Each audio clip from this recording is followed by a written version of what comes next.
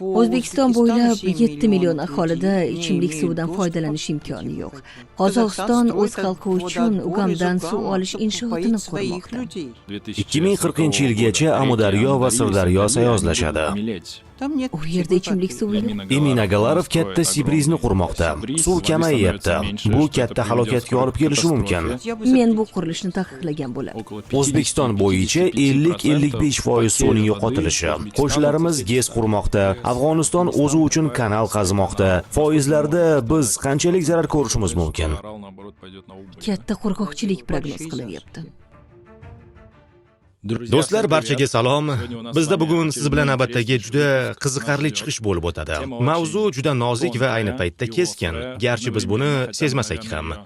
Bu suv va suv resurslari mavzusi. Umuman olganda O'zbekistonda suv bilan nima sodir bo'lmoqda? Chunki ko'pchilik allaqachon suv kamligini, bu tez orada falokatga olib kelishini ta'kidlashmoqda va umuman hozir aholi o'rtasida suv borasida ko'plab savollar tug'ilmoqda.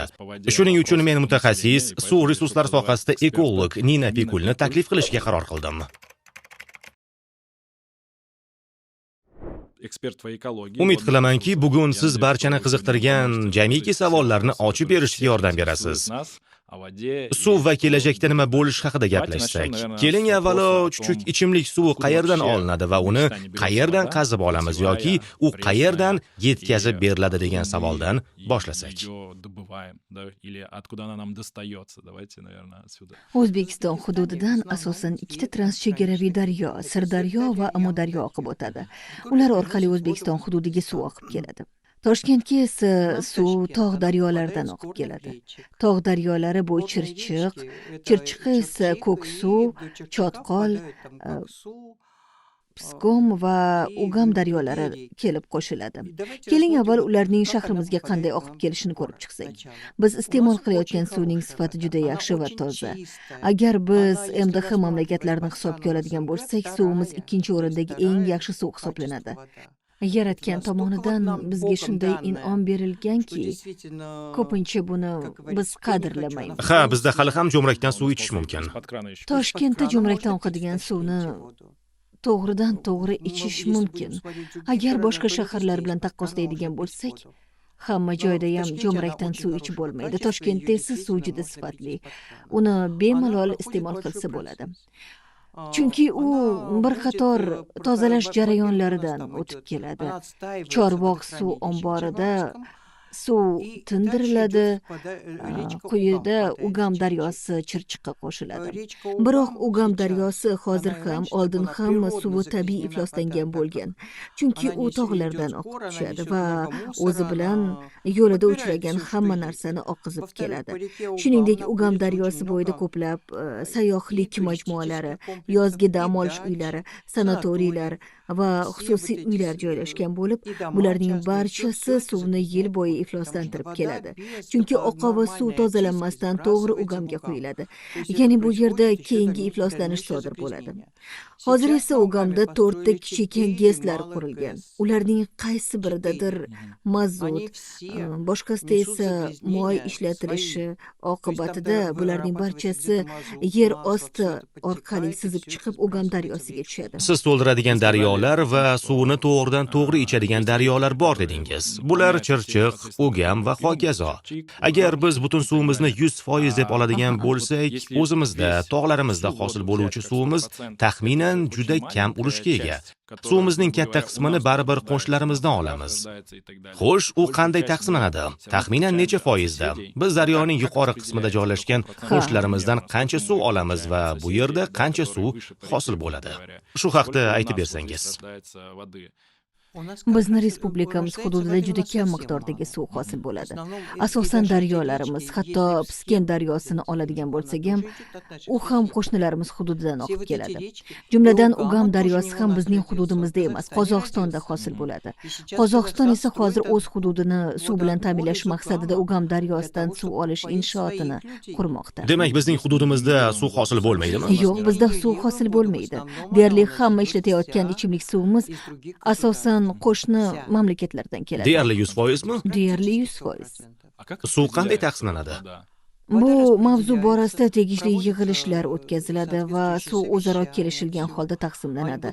Oxirgi marta bunday yig'ilish may oyida Toshkentda o'tkazildi va davlatlar o'rtasida suv tegishli ulushlarda taqsimlandi. Markaziy Osiyo o'rtasidami? Ha, Markaziy Osiyo o'rtasida. Xo'sh, bizning suvimiz asosan qayerdan hosil bo'ladi? Bu Tojikistonda eng kattalardan biri shu yerda ekanini bilaman. Tojikistonda, asosan Qirg'izistonda o'sha ham. Ha, qisman Qirg'izistonda ham. Oldin ham aytganimdek, ha, Qirg'iziston va Qozog'istondan oqib keluvchi daryolar kichik, jumladan Ugam daryosi ham. Va ular ma'lum bo'lishicha bizga qancha suv berishni, qancha suv qoldirishni va hokazolarni tartibga Ha, solishadi. Ha. Va qandaydir shartnomalar va qoidalar bormi bu vaziyatda? Albatta, tegishli kelishuvlar va belgilangan qoidalar mavjud. Kim qancha xohlasa shuncha olishi mumkin emas. Hozirda Shvetsariyaning Moviy dunyo loyihasi barcha davlatlarda amalda bo'lib, unga ko'ra Tojikistonda suv olish hisoblagichlari allaqachon o'rnatilgan. Endi esa Qozog'iston va O'zbekistonda ham xuddi shunday suv hisoblagichlari o'rnatilishi rejalashtirilgan. Xo'sh, bu hisoblagichlar bizga qancha hajmda suv berilishini ko'rsatadimi? Ha, ular biz qancha miqdorda suv olganimizni aniq hisoblab Yangi qo'yishadi. O'zbekiston uchun taxminan qancha suv kerak? Hammasi yaxshi va suv yetishmasligi ro'y bermasligi uchun qandaydir raqamlar bormi? Bilasizmi, hozir biz o'zimizga kerak bo'lganidan ko'proq suv olyapmiz. Qo'shnilarimiz esa hali ham bizga suvni muammosiz berishyapti. Afsuski, so'nggi yillarda olishimiz mumkin bo'lgan suvdan 170% ga ko'p suv olganmiz. Va bu 2 yil oldin sodir bo'lgan. Jahon hamjamiyati oldida katta savol tug'ilgan. Shuncha suv qayerga ketyapti deb. Rostini aytsam, biz suvning 95 va hatto 96% ni qishloq xo'jaligiga sarflab yuboryapmiz. Markaziy Osiyoning boshqa mamlakatlarida esa bu ko'rsatkich o'rtacha 80% ga teng. Ya'ni eng katta yuk qishloq xo'jaligida. Ham bizning mamlakatimiz qishloq xo'jaligiga boshqa mamlakatlarga nisbatan ko'proq suv sarf qiladi. Nega? Qozog'istonda hozir tomchilatib sug'orish ulushi baland. Bizda esa undan juda kam. Albatta, bizda ham tomchilatib sug'orish usuli keng joriy etilmoqda. Qolaversa, tomchilatib sug'orish uchun qulay sharoitlar yaratildi. Chunki tomchilatib sug'orishning barcha komponentlari o'zimizning korxonalarimizda ishlab chiqarilmoqda. Ya'ni ularni xorijdan olib kelishning hojati ham qolmadi. Bu degani, ularni bemalol sotib olib va foydalansa bo'ladi. Dalalarda, hatto ba'zi tog'li hududlarda ham aholining tomchilatib sug'orish bilan shug'ullanayotganiga guvoh bo'lasiz. Ular ozchilik menimcha. Ba'zi xonadonlar tomchilatib sug'orishni yo'lga qo'yishganini guvohi bo'lganman, lekin bu ozchilik, juda kichik qism. Tushunishimiz kerak bo'lgan narsa, tomorqani 100% sug'orishimiz shart emas. Suv faqat o'simlik tomiriga kerak xolos. Biz hozir masalan shaharda favvora uslubida sug'oramiz. Bu yomon emas, ammo daraxtlar uchun bu deyarli foydasiz. Daraxt atrofidagi yerning ustki qismini sug'orishga umuman hojat yo'q. O'simlik ildizidan 50 sm ga past qismini Nuqtali sug'orishga tarzdami? bu katta farq. Ha, tomchilab, belgilangan yerni, daraxtning tagini xolos.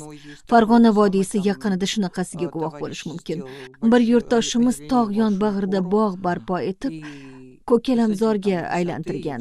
U bularni barchasini tomchilatib sug'orish usuli bilan sug'orishga harakat qilmoqda. Tomchilatib sug'orish, u qanday ishlaydi? Nima uchun bu juda tejamkor? U yerda qanday texnologiya bor? Bu shunchaki ma'lum miqdordagi teshikchalari bor quvur. Juda oddiy. Ya'ni teshikchalar orqali yerni hamma joy emas, faqat zarur joylarinigina sug'oriladi. Boshqa bir usul ham mavjud. Yerda suv to'playdigan idish. Bu esa nima? Bular shunaqa dumaloq kosalar, xuddi ikkita bir-biriga yopilgan laganni yoki ikkita qozonni eslatadi. Lekin waterboxlar tekisroq bo'ladi. Va ularda daraxtning ildizlari ekilgan desak ham bo'ladi.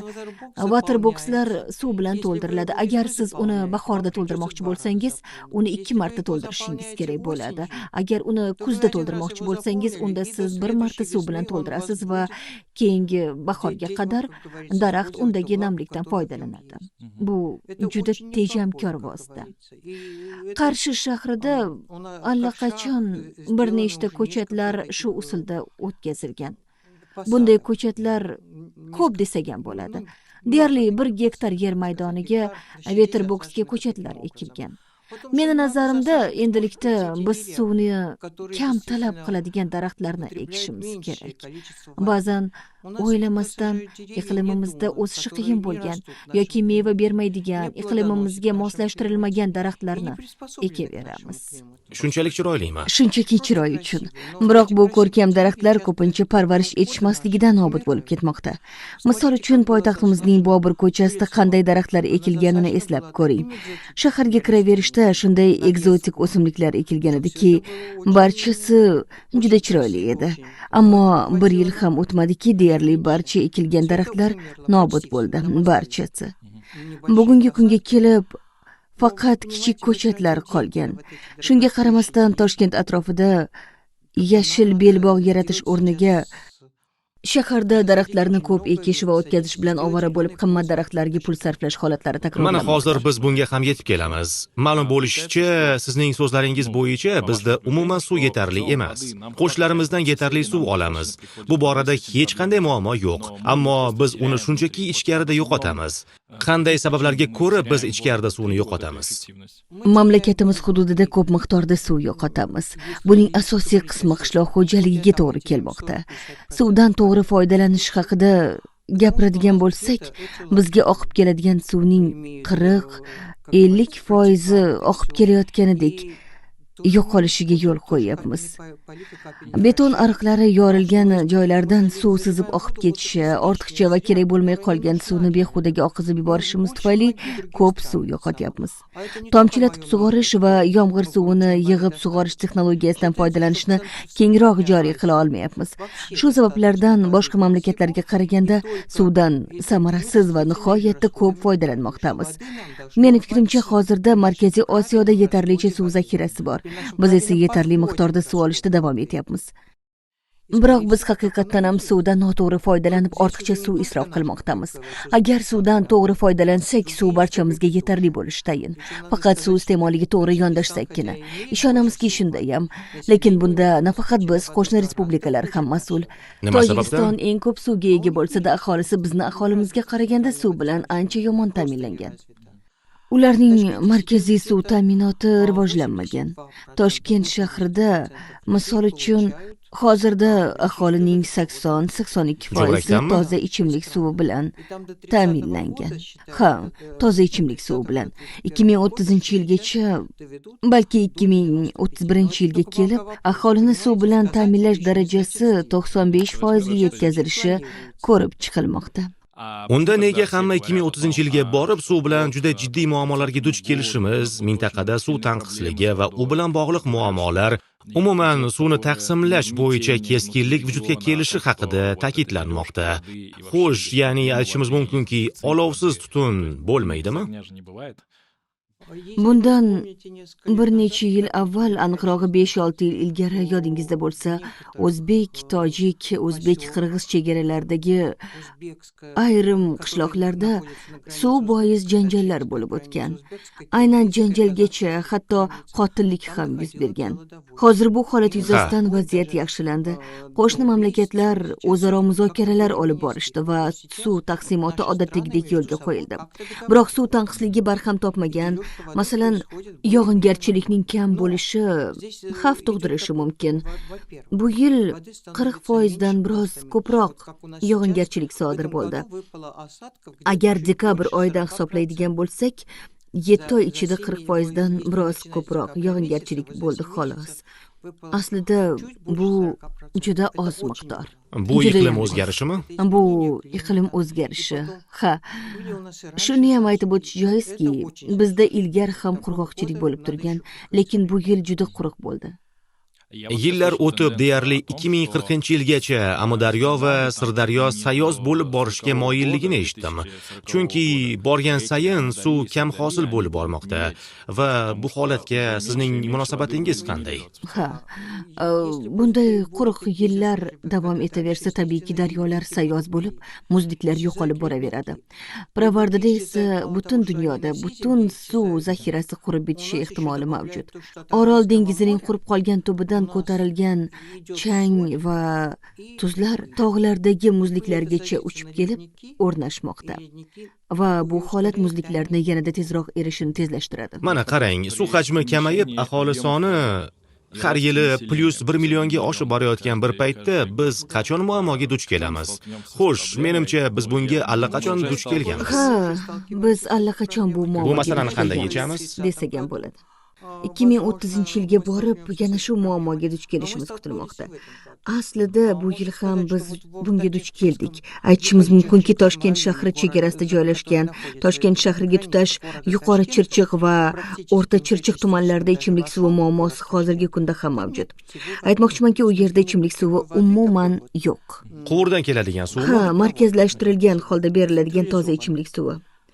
Ilgari u yerdagi suv sathi 6 metr chuqurlikda bo'lgan bo'lsa, o'tgan yili uning sathi 13 metrga pasayishi kuzatildi. Bu yil esa suv sathi 15 metrgacha pasayib ketgan. Agar Sergeli tumani va uning atrofi haqida gapiradigan bo'lsak, bu yerda suv sathi 18 metrdan ham pastlagan. Demak, suv tobora chuqurlashib boradimi? Suv sathi tobora kamayib boryapti. Chunki ilgari u yerlarda oqib turgan kichik daryolar, kanallar, ariqlar hozirda qurib bormoqda. Chirchiq xuddi shu yerdan oqib o'tadimi? Yo'q. Bu hududdan boshqa kichik daryo, kanal va ariqlar oqib o'tadi. Chirchiq daryosi suvi qisman oqib o'tishi mumkin. Hozir bu daryolarda suv yo'q. Chirchiq daryosida suv bor, lekin suvi kamayib bormoqda.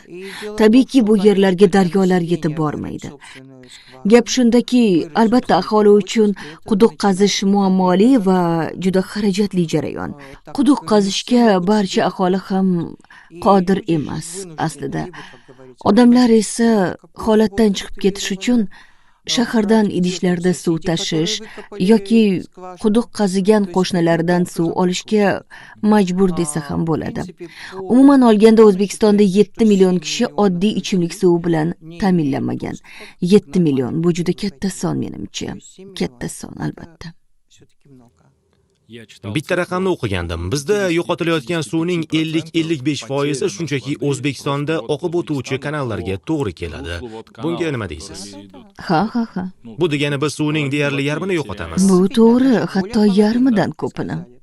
O'zanlarimizdan oqib o'tganda biz ko'p suv yo'qotamiz aslida. Nima sababdan? Kanallar to'g'ri shakllanmaganligi uchunmi? Kanallar to'g'ri shakllangan bo'lishi mumkin. Agar kanal betondan bo'lsa, demak qayerdadir qoplama shikastlanishi, qayerdandir suv sizib oqib chiqishi va qayerdadir nimadir sodir bo'lishi mumkin. Bu odatda shunday deyiladi. Agar muammoni aytadigan bo'lsa, u asosan nimalardan iborat? Kanallar betondanligidanmi yoki ular nosoz holatdami? Yo'q, kanallar talabga javob beradigan betondan qilingan. Menimcha Toshkent shahri atrofidagi kanallar sifatli beton kanallari. Umuman olganda, O'zbekiston bo'yicha olsak, biz qayerda 50% yo'qotyapmiz? Oqib ketishi oqibatida. Aynan suvning oqib ketishi Va bu qanday natijasida. sodir bo'ladi va nima uchun? Imkoni boricha biroz batafsilroq. Masalani ochib berish uchun batafsilroq gapiradigan bo'lsak, tasavvur qiling. Agar mana bu daryo o'zani bo'lsa va bu yerda qandaydir teshik paydo bo'lsa, suv oqib chiqadi. Keyin ko'proq suv oqib keta boshlaydi. Natijada katta hajmdagi suv oqib chiqadi va oqib chiqqan suv hech qayerga oqib ketmaydi. Hatto shaharda ham piyoda yursangiz ba'zida suv shunchaki oqib yotganini ko'rasiz. Ko'p miqdordagi suv shunchaki isrof bo'lyapti. Biroq qanchadan beri suv oqayotganini ko'rmadim. Esimda bolaligimizda hamma yerda ariqlarda suv oqardi. Yo'q, ariqlarda emas.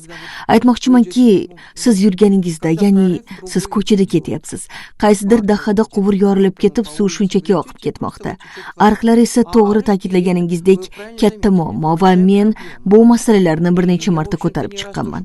Ilgari bizda irrigatsiya markazimiz bo'lardi. Ariqlarimiz bo'lar edi va ular juda yaxshi holatda saqlanar edi.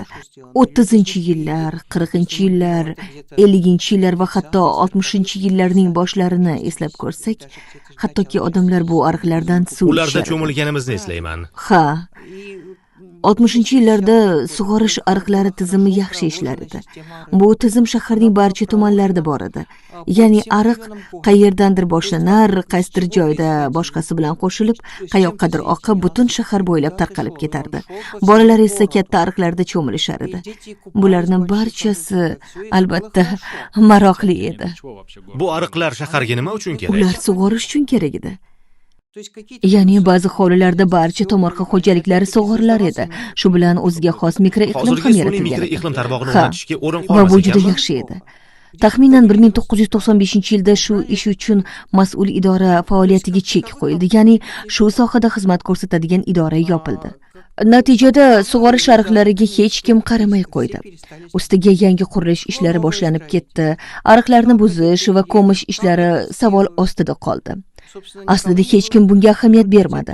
Oqibatda hozir bizda sug'orish ariqlari markazlashgan tarmog'i tamomila barbod Shuning uchun bo'ldi. yog'ingarchilikdan keyin suv bosadimi? Ha, eski shahardagi sirk yaqinidagi joyni qanday suv bosib ketishiga ahamiyat bering. U yerdagi chorrahani yog'ingarchilikdan so'ng doimo suv bosadi. Qo'yliq chorrahasi ham tom ma'noda suv ostida qolib ketadi, aniqrog'i mutlaqo suv tagida qoladi. Natijada umuman quruq joy qolmaydi. Sobiq Tashsilmash zavodi ham noqulay joyda joylashgan. U yerda ham suv toshqini tez-tez bo'lib turadi. Bizda esa suv oqib ketadigan joylar ko'p. Professional qarashda bu sug'orish uchun ishlatilishi mumkin bo'lgan yomg'ir suvi. Keyin bizning gulzorlarimiz bilan nima sodir bo'layotganiga e'tibor qaratsangiz. Bizda suv tanqisligi bor, ammo shunga qaramay nimagadir suv sathi ko'tarilib bormoqda. Balki ular favvoralar tizimidan olinadigan suv bilan sug'orilmasdan ichimlik suvi bilan sug'orilib kelinayotgandir. Garchi qonuniy jihatdan bu taqiqlangan. Shunga qaramasdan nima ham qila olardik? Shunday sug'orilaveradi shekilli. Boltiq bo'yi mamlakatlarida suvni tejash uchun barcha bu gulzorlar aksincha ko'cha sathidan pastda qilingan. Ko'cha sathidan pastda bo'lishi chiroyli ko'rinadi va muhimi u yerga yaqin. Natijada suvning bir qismi yerda to'planadi va yer yog'ingarchilik suvini o'zida to'playdi. Va ehtimol keyinchalik bu suv bilan sug'orish uchun bu yerda yer osti omborlarini qurish kerakdir. Yangi Toshkent uchun yomg'ir suvini to'plab, oqova suv manbalarini qayta ishlash rejalashtirilgan. Ammo kanalizatsiya manbalaridan qayta foydalanish uchun u suvni yaxshilab tozalash kerak bo'ladi. Yangi Toshkent uchun esa bu ham katta muammo bo'lishi ham mumkin. Chunki ishlatilgan suvdan foydalanish ko'zda tutilgan. Ammo suvni ishlatganda biz juda ko'p kimyoviy vositalardan foydalanamiz, to'g'rimi? Shuningdek, kir yuvishda ham har xil kir yuvish vositalaridan keng foydalanamiz va bularning hech biri sug'orish suviga tushmasligi kerak. Lekin siz aytyapsizki, go'yoki keskinlik yo'q. Lekin shunday faktlar borki, masalan, hozir mamlakatimizni Qo'shtepa kanali qazilayotganligi qattiq tashvishga solmoqda. Bu Amudaryoning deyarli 20-30%ni burib yuborishi mumkin. Ha, Bu haqiqatan ham biz uchun jiddiy muammomi? ha. Biz uchun muammo hatto suv olmaslikda ham emas. Muammo uni dengiz ko'liga, Orol dengiziga yetkaza olmasligimizda. Biz u yer uchun kerak suvni ola olmaymiz. Shuning uchun Orolga suv yetib bormaydi deyshadi. Biz kerakli suvni olishga erisha olmaymiz va natijada u yana ham qurib bormoqda. Bu hozir respublikamizdagi holat. Orol dengizi esa tobora qurib bormoqda. Orol dengizida qanchadir suv bor, ammo bizda Orol quriyapti. Orol bo'yida esa anchadan beri aholi yashab keladi. Kamgina aholi emas, Qoraqalpog'istonning anchagina aholisi u yerda istiqomat qiladi. Mana qo'shnilarimiz nimalar qilishyapti? Qo'shnilarimiz GESlar qurishyapti. Afg'oniston esa o'zi uchun kanal qazimoqda. Agar bularning barchasi ishga tushirilsa, bu yerda biz qancha azob chekishimiz mumkin? Masalan, necha foiz suv yo'qotiladi? Rog'un GESini olaylik. Shu sababli bir vaqtlar janjal kelib chiqqan. chiqqan edi. Bilmadim, men hozir 10-15% deb taxmin qilishim mumkin. Lekin hozir taxmin qilish biroz folbinlik qilishga teng bo'lib qoladi. Shunday bo'ladi deb aytishdan yiroqman, ammo GESlar birinchi navbatda bizga zarar yetkazishi tayin. Qo'shni mamlakatlar bilan birgalikda GESlarni qayerda qurish zarur, foydali va o'rinli deb topilsa, o'sha yerda qurishimiz kerak. Qo'shni respublikalar tomonidan ayrim GESlarning qurilishi bizga ham ta'sir qiladi. Masalan, biologik xilma-xillikka yoki qo'riqxonalarimizni suv bosishiga o'z ta'sirini o'tkazishi mumkin. Bularni ham hisobga olish muhim ahamiyatga ega.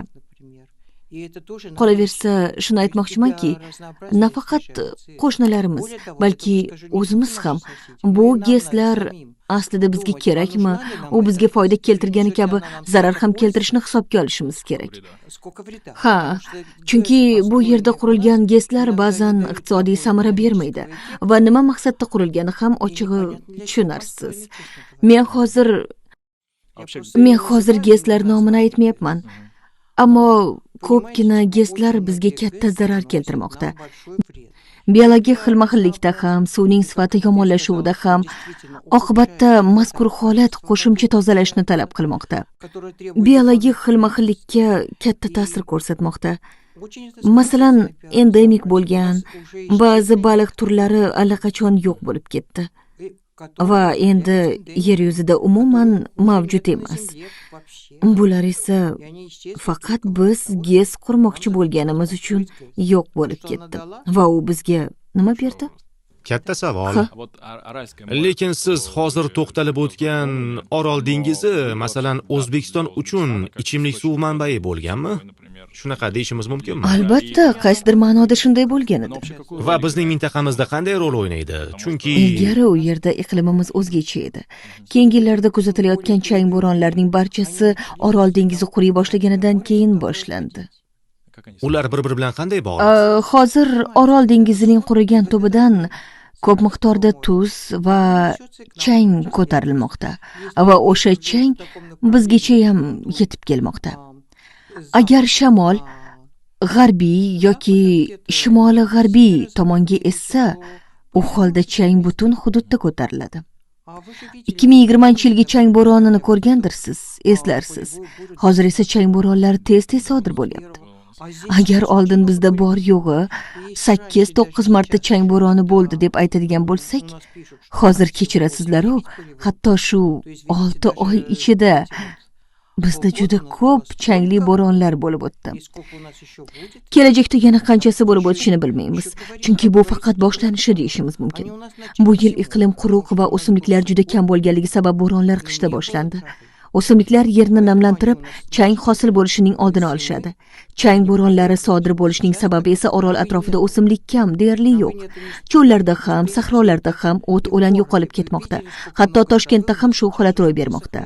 Qancha o'tlar qurib qolgan, sarg'ayganini ko'ryapmiz. Shunday va hozir umuman va tuproqni ushlab qolishiga ularni kuchi yetmaydi. Hozir Orol dengizini tiklash bo'yicha qandaydir ishlar olib borilmoqdami? Doim olib boriladi, ammo qayta tiklanyapti deyish mushkul. Hozir nafaqat Orolni qaytarish, balki Orolning qurigan tubida o'rmonzorlashtirish ishlari olib borilyapti va yetarli darajada samaraga erishildi. Asosan saksovul ekilyaptimi? Asosan saksovul ekilmoqda. Ular tuproqni juda yaxshi ushlab turishga yordam beradi. Biz tuproqni qandaydir tarzda qayta tiklashimiz kerak.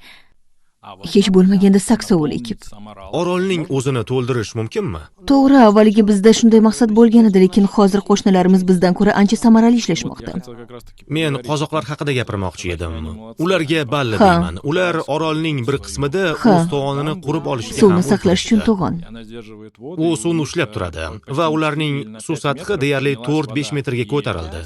Endi esa u yerda o'zlarining mikroiqlimi mavjud. Daraxtlar, iqlim umuman o'zgargan. To'liq emas, lekin kamida bor. Bu borada harakatlar bor. Va ular o'zlarining shimoliy qismini allaqachon qayta tiklab olishdi. Nega biz bunday qadamlarni tashlay olmaymiz? Bizda shunday qadamlar bor. Afsuski, ular sust amalga oshirilmoqda. Hatto o'zimizga tegishli hududga qo'yib yuborilgan baliqlar Qozog'iston tomonga o'tib ketdi. Tom ma'noda barcha baliqlar ketib qoldi. Suv sathining ko'tarilishi uchun qanday choralar ko'rilmoqda? Tuproqqa kelsak, albatta u yerda saksovul qorovul ekishadi, harakat qilishadi. Bu masala bo'yicha o'tgan yili ham bizda bir qancha qadamlar qo'yildi. Buni amalga oshirish uchun Sirdaryo orolga ko'proq suv quyishni ta'minlash kerak. Boshqa tarafdan ko'ryapsizki, Qo'shtepa kanali barpo qilinyapti va u qurib bitkazilsa, Amudaryo suvining bir qismi unga quyilsa, hatto Amudaryodan orolga kelib tushadigan suv ham ancha kamayadi. Natijada Amudaryo orolga yetib bormasligi ham mumkin. Demak, Orol dengizi aksincha pasayishni boshlaydi, shundaymi? Buni aytish qiyin. Agar biz yetarlicha aql bilan ish ko'rsak, biz uni qandaydir tarzda saqlab qolishimiz mumkin. Asosiysi bu yerda biz yetarlicha aql bilan yo'l tutishimiz kerak. Yetarlicha.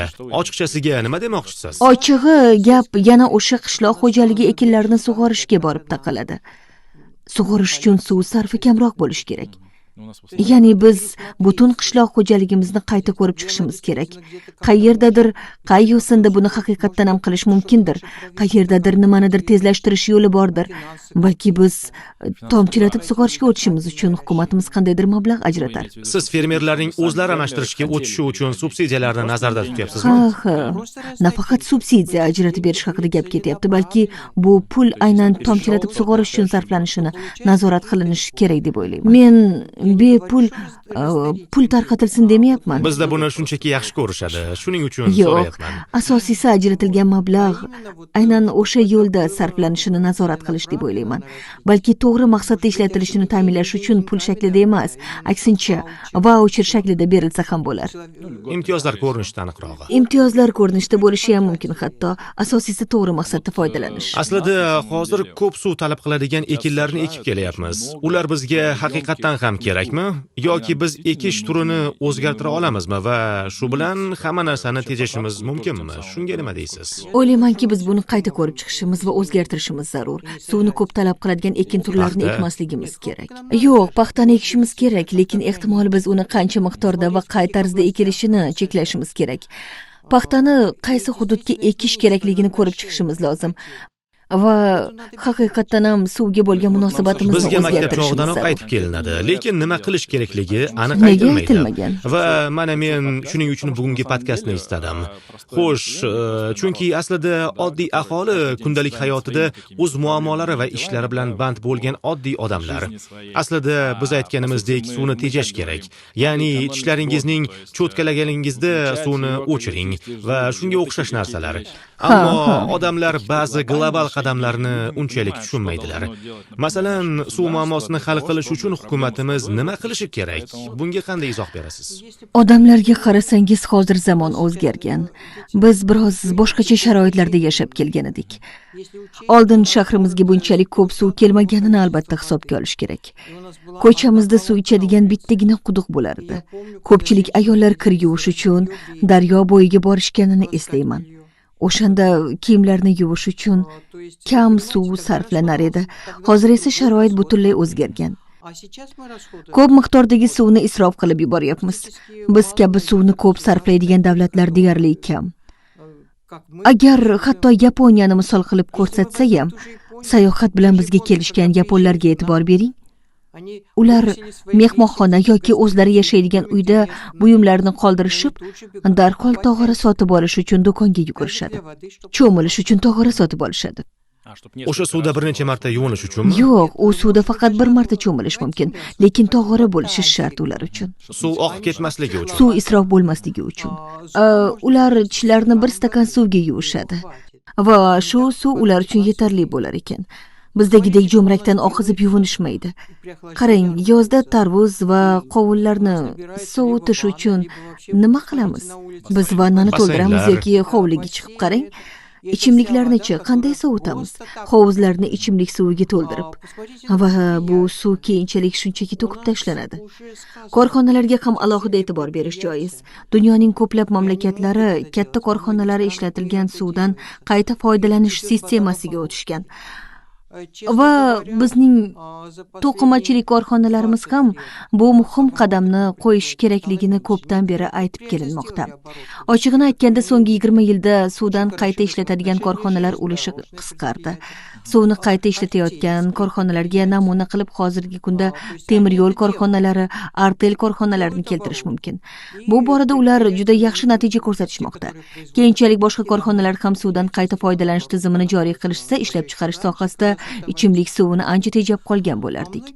Afsuski, ko'plab korxonalar shunchaki bu tizimni joriy qilishmaydi. Xo'sh, men shunchaki nima demoqchiman? O'zingiz aytdingiz, aholining atigi 5% suvdan foydalanishadi. Shundaymi? Ha. Xo'sh, ya'ni shu 5% dan mayli tog'ora va hokazolar yordamida iqtisod qilishni boshlasak, mayli 1% bo'lsin va hokazo. Bu shunchaki strategik qaror emas. Mana shu 95% ning yana 30% ni tejash uchun strategik qadamlar qo'yishimiz zarur. Bu asosan qishloq xo'jaligi. Va sug'orish ham, Bu kanallar. kanallar va sug'orish jarayoni. Mana daraxtlar, bunda ular qanday rol o'ynaydi? Chunki men o'rganishni va o'qishni boshlaganimda men uchun daraxtlar suvni tejashi va u yerda juda yaxshi ekanligi aniq emas edi. Ha, juda to'g'ri. Yana qanday? Daraxtlar ko'chatligida sug'orib turilishi kerak xolos.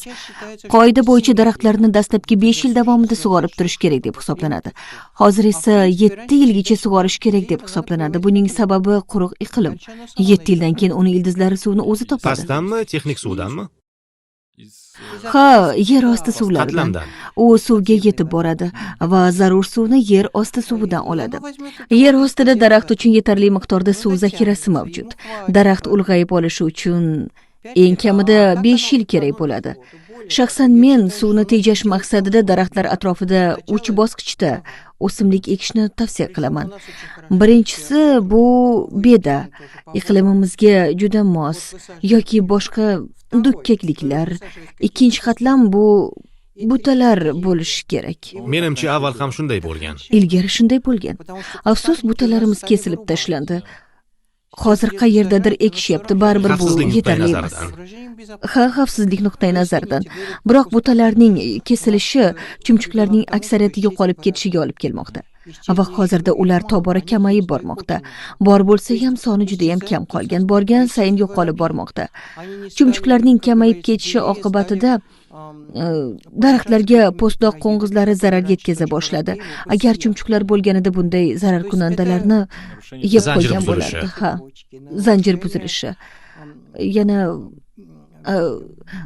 nima desam ekan? Ekotizm buzilishi ham shunday. Va biologik xilma-xillik yo'qoladi. Hamma narsa yo'q bo'lib ketaveradi. Qanday qilib daraxtlar suvni tejashga yordam beradi? Bir necha yillar ichida siz ularni sug'orishingiz shart emasligi aniq. Ammo bu shahardagi suv nuqtai nazaridan. Bilasizmi, daraxtlar birinchi navbatda soya hosil qiladi. Misol uchun, ariq bo'yiga daraxt eksangiz, daraxt ekilgan joylarda anchagina kam suv bug'lanadi va bu juda yaxshi ko'rsatkich. Va shuni ham hisobga olingki, agar siz oddiygina daraxt eksangiz, haroratni taxminan 7-8% ga kamaytiradi. Daraxt haroratni pasaytiradi, bu birinchi foydali taraf. Daraxt bug'lanishni kamaytiradi. Demak, bug'lanish kamaygan. Ya'ni o'tdagi suv bug'lanmaydi va shu yerda qoladi. Ya'ni bu qandaydir foydalaniladi. Boshqacha aytganda, tabiatdagi suv aylanishi sodir bo'ladi. Ahamiyatsiz narsadek ko'rinishi mumkin. Tabiat muvozanatni shunday saqlaydi. Endi tasavvur qiling. Bu daraxtlarni daryo bo'yiga o'tkazsak, ta'siri bir necha baravarga kuchayadi. Ammo amalda bizda nima qilinyapti? Ba'zi sohil atroflari beton bilan qoplanyapti. U yerdagi daraxtlar esa shunchaki kesib tashlanyapti. Ayrim joylargina saqlab qolingan.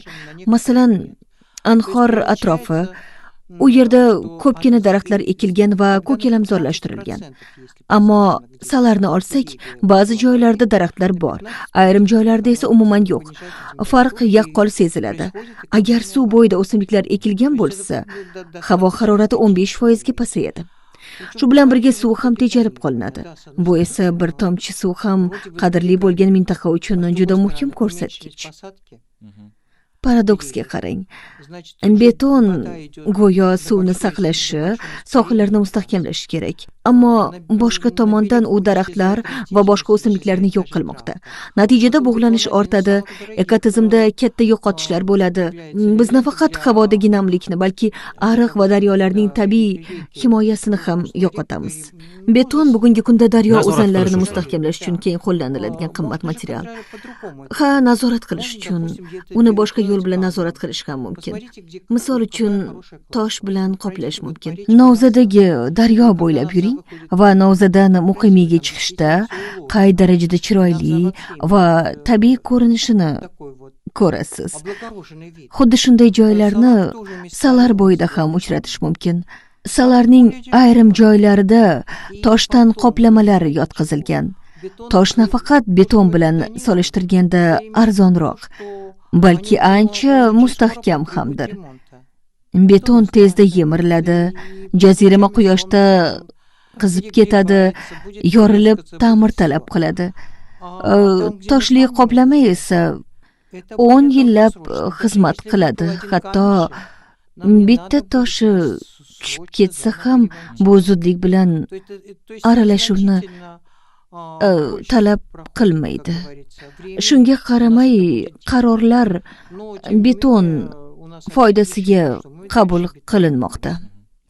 Mana qarang, Seul-Mun va Bo'rijarning qolgan qismini solishtiring. Ular boshqacha. Masalan, Seul-Mun bo'yidagi sohilni keyingi Bo'rijar qismi bilan solishtiring. Bu butunlay boshqa manzara. Aytgancha, men uzoq vaqtdan beri u yerga tushmadim. Bir ko'rishim kerak. O'simliklar saqlangan joylarda hammasi tirik, salqin, sayr qilish yoqimli. Betonda esa go'yoki chiroyli va zamonaviy, ammo yozgi jaziramada u yerda bo'lishni iloji yo'q.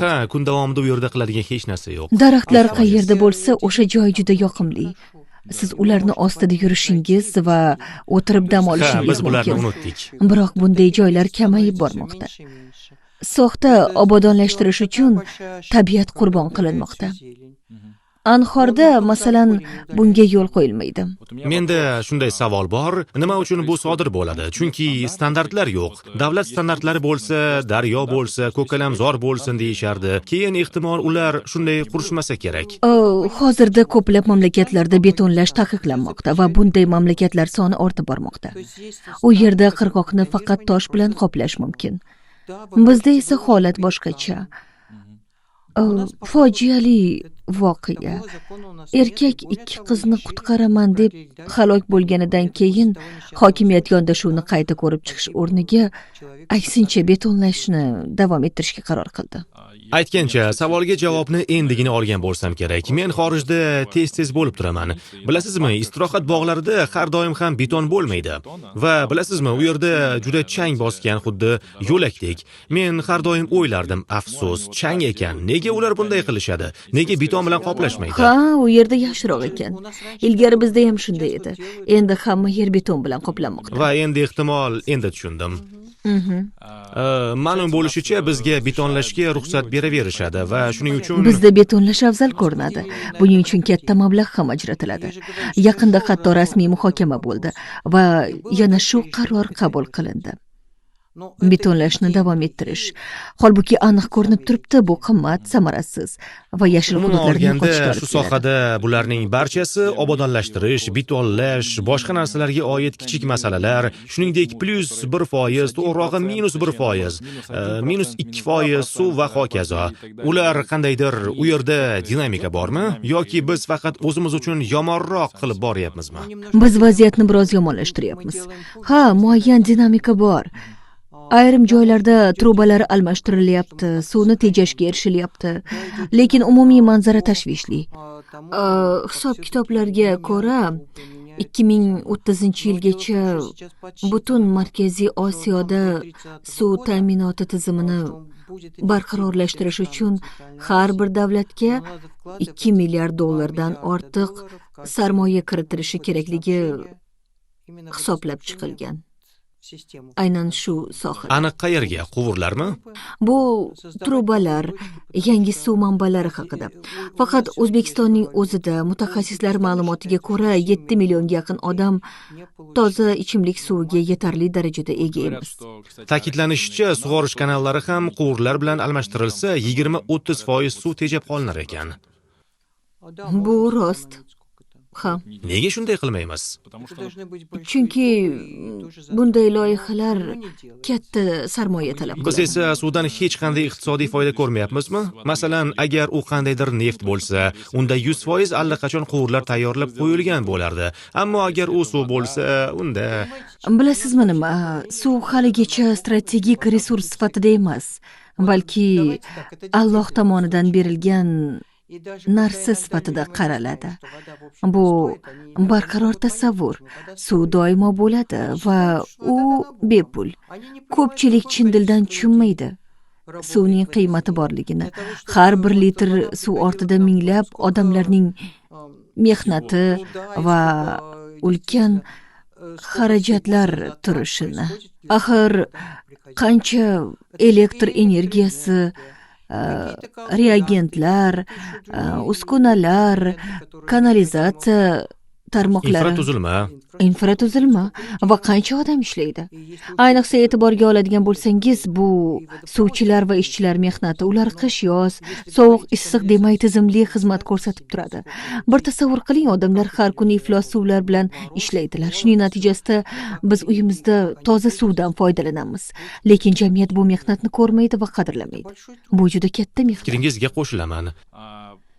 Chorvoq biz uchun, Toshkent uchun ichimlik suvida qanday rol o'ynaydi? Toshkent suvi haqida gap ketar ekan, Chorvoqni eslamaslik mumkin emas. Bu ichimlik suvining asosiy manbai va uning sifati MDHda 2-o'rinni egallaydi. Aytgancha so'ramoqchi edim, birinchi o'rinda qaysi? Baykal egallaydi. Baykalmi? Ha. Bizda Moskva, Peterburg yoki ko'plab yirik shaharlar havas qiladigan suv bor.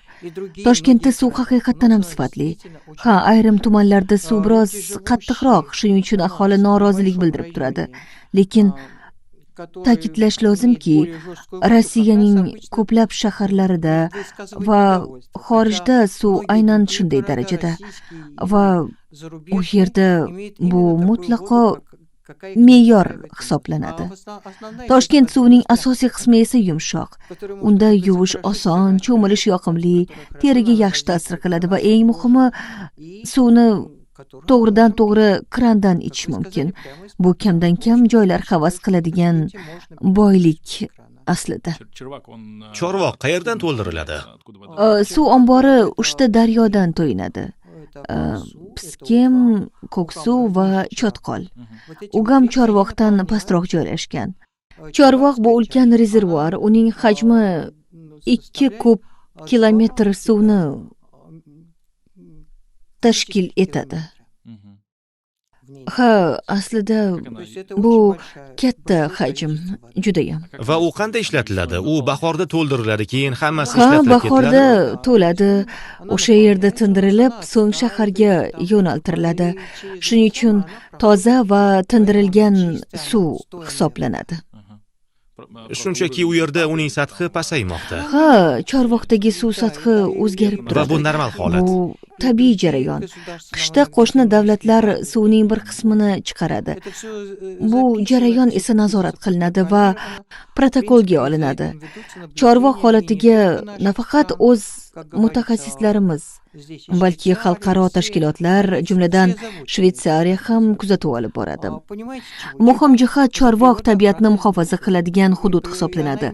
Uni atrofida suvni ifloslantirishi mumkin bo'lgan qurilishlarga mutlaqo yo'l qo'yilmaydigan 250 metrlik Har muhofaza biridan kamari bor. 250 metr. Ha, shunday. Bu birinchi xavfsizlik kamari hududi deb ataladi. Nega bu muhim? Chorvoqni ifloslantirmaslik, toza bo'lib qolishi uchun. Ha, 250 bu qat'iy tabiatni muhofaza qilish hududi. Chorvoq Toshkent uchun 3-tabiatni muhofaza qilish hududi sifatida kiritilgan. lekin Chorvoq bu katta suv ombori, u ham qonun bilan himoyalangan desak to'g'ri bo'ladi. Ikkinchi va uchinchi himoya zonalari yanada kengroq parametrni qamrab oladi. Hatto 1 kilometrgacha. Idealda bu hududlarda na bino, na chorva, na suvga zarar yetkazilishi mumkin bo'lgan boshqa faoliyat bo'lishi kerak. 250 metrda har qanday binolar yoki suvni ifloslantiradigan binolar bo'lmasligi kerak. Yaxshisi hech qanday. Lekin albatta suvni ifloslantirmasligi, yaqin atrofda chorva mollari bo'lmasligi lozim. Ammo bu biz uchun har doim ham ishlamaydi. Ba'zilarga ruxsat berilavermaydi. Aniqrog'i hech qachon amaliyotda demoqchisiz. esa barchasi boshqacha. Masalan, Chorvoq yaqinidagi kuzatuv maydonini olaylik. Yaqindagina u yerda faqat bitta truba bor edi. Hozir esa 4-5 tagacha. Ular qayerdan keladi? Bu yuqorida joylashgan turistik obyektlarning kanalizatsiya shunaqami? quvurlari. Ya'ni u yerda joylashgan barcha tuzilmalar turistik xususiyatga ega. Ha, pastga oqib ketmaydi, suv Chorvoqni o'zida qoladi. Ya'ni pastroqqa oqib ketmaydi, Chorvoqqa oqib tushadimi? Ha, bu pastga tushmaydi. U pastga oqib tusha olmaydi. Pastga tushish uchun uni boshqa yo'nalishga yuborish kerak edi. Shunchaki to'g'ri Chorvoqqa oqizilmoqda. Muammoni hal qilish urinishlari bo'lgan. Mutaxassislar Ekologiya vazirligi vakillari bilan birga joyiga chiqib qoidabuzarliklarni qayd etishgan. Hujjatlarda trubalar yopiq deb ko'rsatilgan, lekin amalda ular ishlashda davom etgan. Ehtimol ba'zan yopib qo'yishar, ammo to'liq to'xtatilmagan. Hozirda internetda taniqli tadbirkor Emin Agallarov ulkan Sibris qurayotgani haqida qizg'in bahs-munozaralar ketayotganligini eshitgan bo'lsangiz kerak. Ha, aynan Chorvoqda. Endi esa aholi ikkiga bo'lingan. Ba'zilar bundan juda xavotirda va hamma yoqda dod solishyapti. Buni mutlaqo amalga oshirib bo'lmasligini aytishmoqda. Boshqalar esa agar bu qoidalarga muvofiq amalga oshirilsa, unda hamma narsa yaxshi bo'ladi deyishyapti. Bu borada mutaxassis sifatida aytingchi, bu qanchalik xavfli yoki to'g'ri loyiha? Bu haqida nima deya olasiz? Menimcha bu juda xavfli. Ha, yaqinda Agalarov bayonot berdi. U Chorvoqqa iflos suv chiqarmasligini, balki ulardan masalan sug'orish uchun foydalanishini aytdi. Lekin asosiy savol tug'iladi. U bu suvni qanday tozalamoqchi? Buni tozalay oladigan tozalash inshootlari bormi yoki yo'qmi? Bilasizmi, bu uchun juda qimmat texnologiyalar kerak. Iqtisodiy jihatdan samarasiz. Ha, aynan shunday. Iqtisodiy jihatdan umuman samarasiz.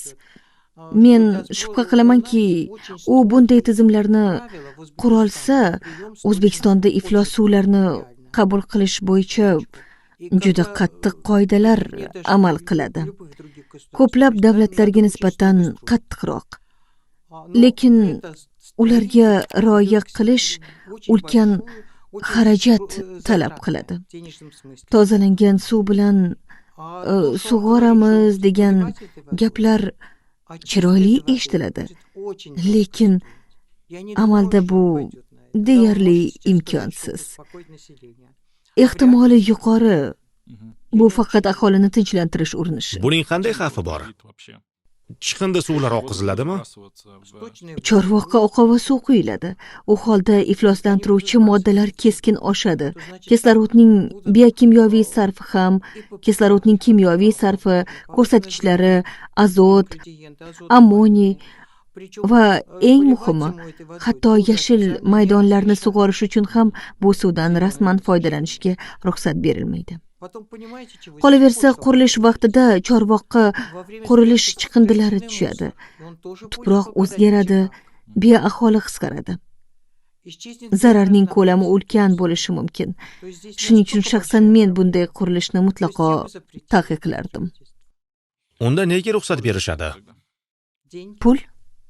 Umuman, Chorvoq bu dengiz emas, suv ombori. To'g'ri, bu aynan suv Bu ombori. yerda ayniqsa qirg'oqda turistik narsalar qay darajada mos keladi? Qonunga ko'ra Chorvoq muhofaza qilinadigan hudud. Uni maxsus idoralar nazorat qiladi. Suv namunalarini muntazam olib tekshiradi.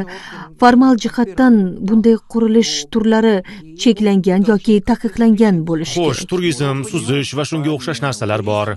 Ha, turizm, suzish va shunga o'xshash narsalar bor. Turizm, suzish taqiqlanmagan. Ular mumkin. Lekin boshqa muammo bor. Deyarli barcha dam olish uylari, oldindan qurilganlar ham, yangidan qurilayotganlari ham normal kanalizatsiya inshootlariga ega emas. Bu haqda hamma biladimi? Deyarli hech qaysi. Ha, albatta, bu haqda mutaxassislar ham, faollar ham ko'pdan beri gapirib kelishadi. Hamma joyda qo'ng'iroq chalinmoqda. Lekin ishlatilgan suvlarni tozalash bo'yicha vaziyat yomon. Asosan bu faqat bitta muammo, ya'ni chiqindi suvlari, Chorvoq atrofida qurilgan shunday inshoot va binolari yoki boshqa narsalar. Yo'q, faqatgina emas, men Qurilish aytgandim. chiqindilari. Ha, ular tuproq tarkibini o'zgartiradi. Keyin bunday yerda nimadir yetishtirib ko'ring. Ustidan bu ko'rinishni ham buzadi. To'g'ri, qurayotganda chiroylidek tuyuladi. Ammo ortidan juda ko'p muammo keladi. Xo'sh, unda bir savolim bor. Ekologiya vazirligi biror narsani hal qiladimi? Odatda asosan shularga oid hujjatlarni imzolaydi. U ruxsatnomaga imzo chekadimi yoki aksincha?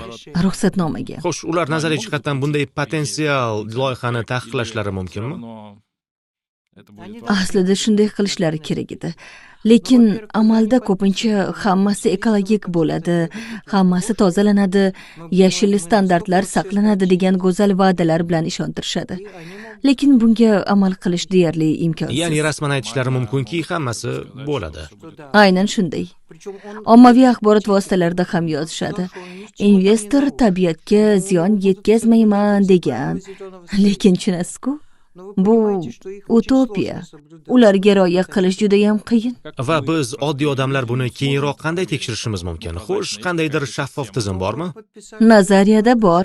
O'zbekiston O'rxus kelishuviga qo'shilgan. U bizga ekologik ma'lumot olish huquqini beradi. Bu qishga yaqin ishga tushish kerak. Kimdan, ulardanmi? Ulardan ma'lumot olish uchunmi? Ha, shunday. Faqat havoga qarang, shunday emasmi? Podkastdan oldin biz Toshkent atrofida joylashgan havodagi mustaqil sensorlar, shu jumladan jismoniy shaxslar haqida gapirgan edik va dastur mavjud. Masalan, Air Visual.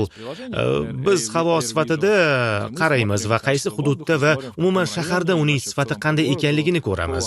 Mana, xuddi shunday. Bu nima? Mustaqil. Masalan, suvda, ayniqsa Chorvoqdagi suvda va bu umuman olganda mumkinmi? Hozir yo'q. Nazariyada mumkin. Lekin menimcha ma'lumotlar doimo aniq bo'lmaydi. Agar oddiy odamlar kabi ba'zi xususiy shaxslar buni qo'yishsa-chi, bu mumkinmi? Laboratoriya Laboratoriyani tashkil ishga qilish. tushirish kerak, datchiklarni qo'yish kerak. Aslida Menimcha mumkin. bularning barchasi hozir avtomatik tarzda amalga oshirilishi Bu mumkin. unchalik to'g'ri emas. Qisman ha, lekin to'liq tahlil baribir akkreditatsiyadan o'tgan laboratoriyani talab qiladi. Va suvning asosiy parametrlari qanday o'lchanadi? Zichlik, yumshoqlik, ya'ni suvning qattiqligi. Suvni qattiqligi, azotomoniy, bu yerda KBS, KKS ko'rsatkichlari bo'ladi, og'ir metallar. Umuman olganda, bularning barchasini xuddi avtomatik tarzda o'lchash mumkindek. Avtomatik birinchi qadam sifatida ha, avtomatika taxminiy ma'lumot bera oladi. Lekin aniq natija uchun baribir qo'lda tekshirish kerak. Shunchaki men ham uzoq vaqt kimyoviy laboratoriyada ishlaganman va jihatdan buni qanday ehtimol qilishni kerak. taxminan tushunaman. Biz ham suvni aslida doimiy ravishda o'lchab turardik va u yerda umuman olganda Taxminan 28 ta ko'rsatkich bor. xo'sh, kimyoviy, fizik.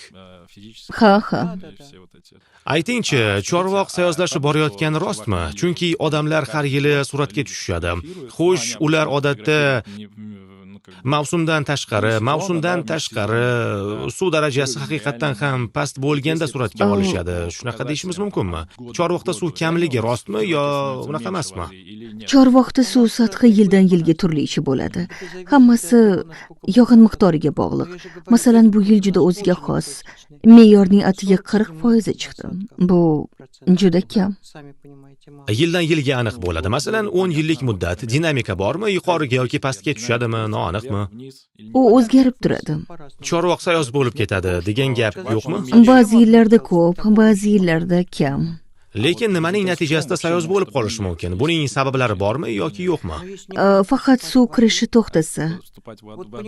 Bilasizmi, to'g'risini aytsam, o'tgan yilni noyabr oyi juda yaxshi o'tdi. Hatto dekabr va yanvarda kamdan kam bunday yog'ingarchilik bo'ladi. Hamma o'yladi, bu yil suv ko'p bo'ladi, lekin keyin hammasi o'zgardi. Dekabr qariyb qorsiz, yanvar ham, fevralda ozgina. Oqibatda hisob-kitoblarim natijasida ma'lum bo'ldiki, bu yerda yillik o'rtacha yog'ingarchilikning 40% dan bir oz ko'prog'i tushgan ekan. Meni hisob-kitoblarimga Nimadan bo'lishi kerak? Rejalashtirilganligidanmi? O'zingiz ham ko'rgansiz. Oddiy aprel-may oyida yomg'ir ko'p yog'adi. Bu yil esa qurg'oqchilik. To'g'ri, o'tgan yili juda yaxshi yomg'ir yog'di. Bahor yaxshi o'tgandi. Ha, bu yil esa o't qiynalib chiqdi. Biroz sovib, ikkinchi hujum bo'ldi, lekin u ham 10 sentimetr atrofida ko'tarildi. Deyarli o't yo'q. Shaharda ko'rinmaydi. Cho'llarda ham shunday. Hammasi qurigan. Shuning uchun qumli bo'ronlar ko'paydi. O'simlik yo'q, tuproqni hech narsa ushlamaydi. Shuning uchun. Bu qurg'oqchilikni nima bilan bog'laysiz? Bu bizning noto'g'ri harakatlarimizdanmi yoki bu shunchaki tabiiy hodisalarmi? Bu global iqlim o'zgarishi. Bir joyda toshqin, bir joyda qurg'oqchilik, bizda ikkinchisi. Prognozlarga ko'ra, yana ham kuchli qurg'oqchilik va katta toshqinlar bo'lishi mumkin. Lekin yashil maydonlar haqida-chi, ularning kamligi mikroiqlim va yog'ingarchilikka ham ta'sir qiladimi? Bu katta ta'sir ko'rsatadi. Bizda har doim yashil maydonlar kamayib bormoqda. Daraxtlarni va barcha o'simliklarni kesishni taqiqlovchi barcha qonunlarimizga qaramay. Qarang nima bo'lyapti. Katta daraxtlar kesilmoqda. Hozir Azimov ko'chasi gastronomik ko'chaga aylantirilib, shuncha daraxtlar kesilgan. Negadir ko'proq o'tlarni qoldirish o'rniga barcha maydonlar betonlangan. Yana Farhod bozori tomonni qarang. Maydonni betonlashdi va o'sib turgan daraxtlarni kesib tashlashdi va ular soni tobora kamayib bormoqda. Menimcha biz juda ko'p beton zavodlarini qurib yubordik. Ular bo'lishi kerak. Ha, natijada hamma joy betonlanyapti. Betonlashyapti. Ha. Bu juda yomon. Juda ham yomon. Ko'kalamzorlashtirishlarning qandaydir me'yori bormi? Masalan, shaharda shuncha ko'p bo'lishi kerak. Hozir esa bizda shuncha foiz bormi? Hozir yo'q. Ilgari ko'rsatkichlar yaxshi edi. Odam boshiga yetarlicha yashillik to'g'ri kelardi. Bugun esa faqat rejalar bor. 2030-yilgacha ko'kalamzorlashni oshirish. Lekin amalda yashil hududlar doimiy ravishda kamayib bormoqda. 1 milliard ko'chat yoki 2 milliard ko'chat olish dasturi bor edi. Ha, o'sha yerda ekishyapti. Ha, o'sha yerda ekishyapti va o'sha yerda nobud bo'lishyapti. Ha, o'sha yerda ekishyapti va o'sha yerda nobud bo'lishyapti. Ayrim joylarda chiqyapti, boshqasida esa yo'q. Ko'pincha noqulay joyga o'tkazishadi. Eski daraxtlar parvarishsiz o'sadi, yoshlar esa e'tibor talab qiladi, lekin unga qaralmaydi. Abay va Salar ko'chasi bilan Taras Shevchenko ko'chasi chorrahasida 300 ga yaqin daraxt ekilgan o'tgan yili, lekin bitta daraxt ham ildiz otmagan. Xo'sh, nega shunchalik ko'p pulni sarflash kerak? Bu qimmatga tushadigan ko'chatlar-ku axir. To'g'rimi? O'zingiz ham bir o'ylab ko'ring. Nega? Chunki ularda sug'orish yo'q edi. Ularni sug'orilmagan, umuman sug'orilmagan, qiya yerga o'tkazishgan. Natijada barcha daraxtlar qirilib ketdi. Yaqinda yana o'sha yerdan o'tdim. Ayrim ko'chatlarni kesib tashlashgan, ayrimlarni umuman olib ketishgan. Lekin bu 300 ta daraxt edi-ku. Shuncha mehnat va mablag' behuda ketgani juda alamli albatta, juda ham. Mayli, maqsad o'stirish emas, Aynan. ekish bo'lsa kerak. Ha, faqat hisobot uchun. Lekin asli maqsad boshqa bo'lishi kerak edi. Bunday gaplar qanday ishora qilishi kerak, qanday aytilishi kerak? Masalan, xalqimiz qayerdadir bo'lishi kerak. Umuman a'zolar bor. Qayerda bo'lsa, daraxt qurib ketayotganligini ko'rasiz. U yerga qo'ng'iroq qilib, boshqa gapni aytishingiz mumkin. Bu juda qiyin. Shahar obodonchiligi juda sust harakat qiladi. Ha, biz shunga oid murojaat tayyorlayapmiz. Ishni hech bo'lmasa biroz siljitish uchun. Chunki Toshkent atrofida Xitoydagi kabi yashil kamar yaratilmasa, chang to'g'onlar davom Bo'ronlarni etaveradi. aytyapsizmi? Ha, shunday bo'laveradi. Lekin bu oddiy chang emas. Uni tarkibida PM2,5 va PM10 kabi xavfli zarrachalar mavjud. Ular burunda ham, tomoqda ham to'xtamaydi, balki to'g'ridan to'g'ri o'pkaga kirib boradi. Natijada allergiya, nafas yo'llari kasalliklari, surunkali xastaliklar kuchayadi. Tushunarli. Nima deb o'ylaysiz? 10 yil, 15 yil bilmayman. Agar hech narsa o'zgarmasa, biz haqiqatan ham suv falokatiga duch kelishimiz mumkinmi? Hatto undan ham oldinroq bo'lishi mumkin. Prognozlar ham shuni ko'rsatmoqda. Agar hozir jiddiy chora ko'rilmasa, oqibatlari qaytarib bo'lmaydigan bo'ladi.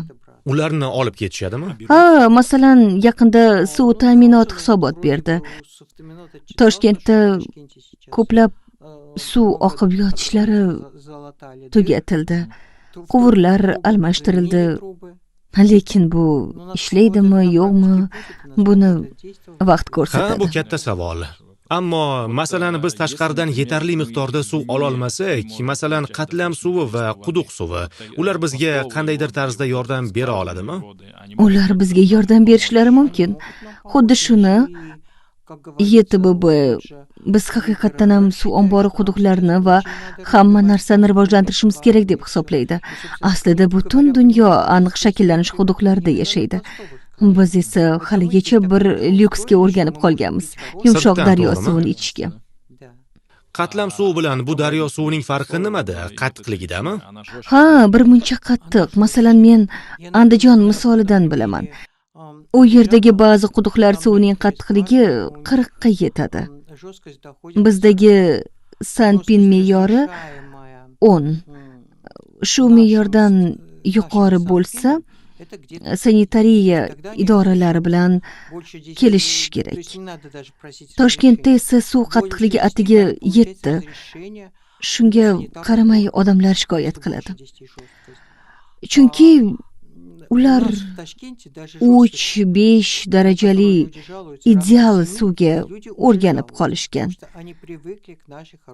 Bu suv maishiy foydalanish uchun ham qulay, ham xavfsiz hisoblanib, bemalol yuvinib, barcha ehtiyojlarimiz uchun ishlatishimiz mumkin. Agar siz Если бы вы prezident bilan uchrashsangiz, президентом, qaysi jihatlarga e'tibor какие qaratmoqchisiz? точки вы бы хотели бы Suv обратить masalasida внимание, nimalarga чтобы alohida обсуждать e'tibor вот именно в плане qaratmoqchisiz? воды? Endi nimani Что qat'iy сейчас boshlashimiz va прям oxirigacha amalga oshirishimiz kerak? нужно начать делать и реализовать 3 ta asosiy yo'nalishni ta'kidlagan bo'lardim. Birinchisi qishloq xo'jaligida va shaharlarda suvning sizib oqib ketishini kamaytirish. Ikkinchisi iflos suvlarni tozalashga jiddiy e'tibor berish. Uchinchisi daryo va suv omborlariga har qanday qurilish va chiqindilarni qat'iyan taqiqlash. Suvni asrashimiz kerak. Chunki bu faqat hozir emas, balki kelajak farzandlarimiz va nabiralarimiz taqdiri. Yaxshi eslatma. Bunday qiziqarli suhbat uchun sizga katta rahmat. Men tomoshabinlarga eslatib qo'ymoqchiman. Izohlarda savollaringizni yozib qoldiring. E'tirozlaringizni sharhlarda yozing va umuman bu holat haqida qanday fikrdasiz? Nina va men yana bir epizodni suratga olishga harakat qilamiz. Bir nechta fikrlarni, shu jumladan boshqa ekologik muammolarni aniqlashtirish uchun. Kelganingiz uchun sizga rahmat. Rahmat. O'ylaymanki, suhbat foydali bo'ldi va jamoatchilikka ta'sir qiladi, albatta. Nasib qilsin. Rahmat. Дай бог. Спасибо.